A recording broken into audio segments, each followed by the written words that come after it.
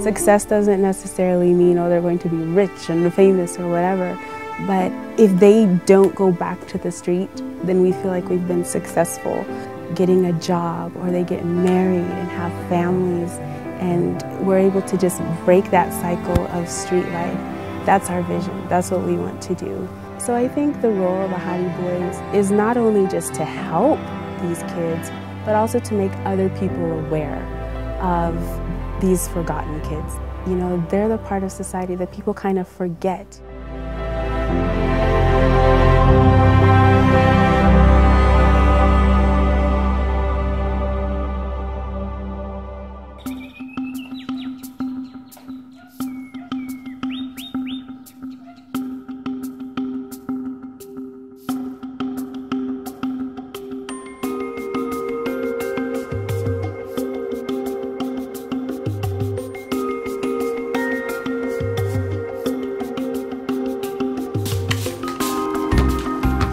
You know, it's easy to see these kids and be like, well, they'll never do anything or be anything, you know, but for us to be able to just be a part of the process of getting them out into the world and helping them realize their dreams, that's very inspiring to me. We have kids who want to be veterinarians and kids who want to be, you know, accountants and who want to be in the ministry. And that inspires me because I'm like, wow, you can go from here, you know, and you can be anything you want to be, you know, like it's possible.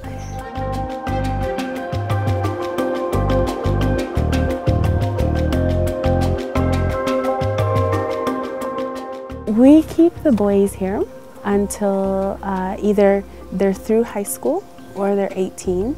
It usually depends.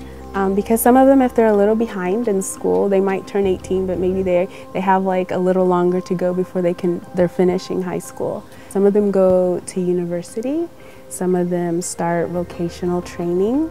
For those that are in university, we still, you know, are very much involved and we try to help them. You know, we don't have a very big budget, and so it's always a constant struggle.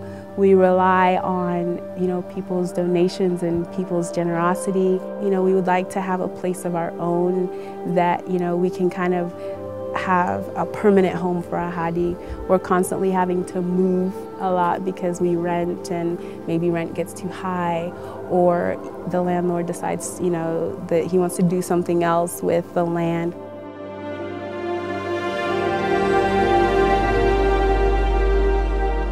I really believe that God, you know, honors us when we show faith. And I believe that, you know, this work is something that's important.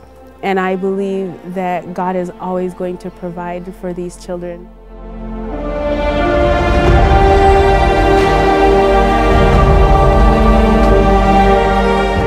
You can tell when you have great staff because you look at how the boys interact with them, you know, and it's really great to see. They're very loyal, they're really good with the boys.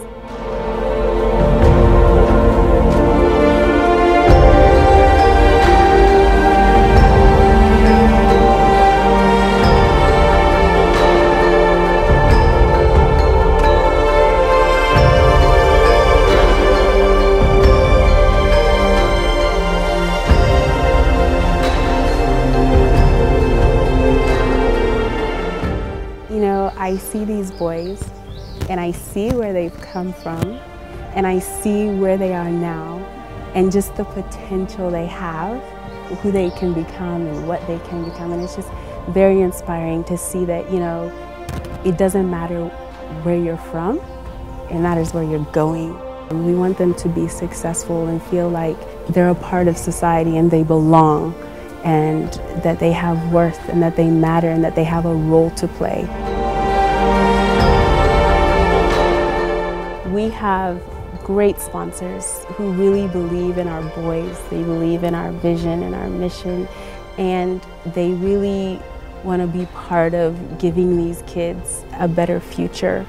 The boys, their lives are changed for sure for the better, and the boys are grateful. There's nothing like giving, there's nothing like helping out. Not helping out because someone is going to pay you back. You are doing something, you are changing lives for these boys, you are impacting lives, you are giving life. And so we appreciate them so much, and we're so thankful for them, we're blessed by them so much.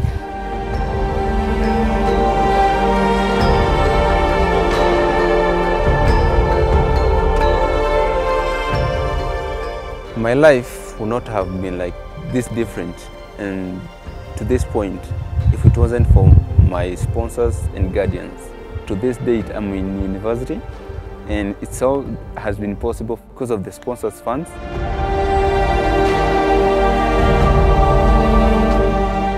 Hawa wote ni street boys wenye wametoka families zenye julikani, wengine wapapa zao walidedi na wakaleta hapo hivyo wapate chance ya kulive again.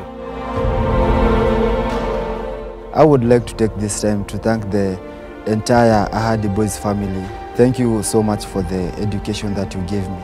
Thank you also for the care that you took for me. I would ask you to keep on doing the same to those kids who are still there, and to make sure those kids have grown up to become better people, better men of God, mighty men of valor.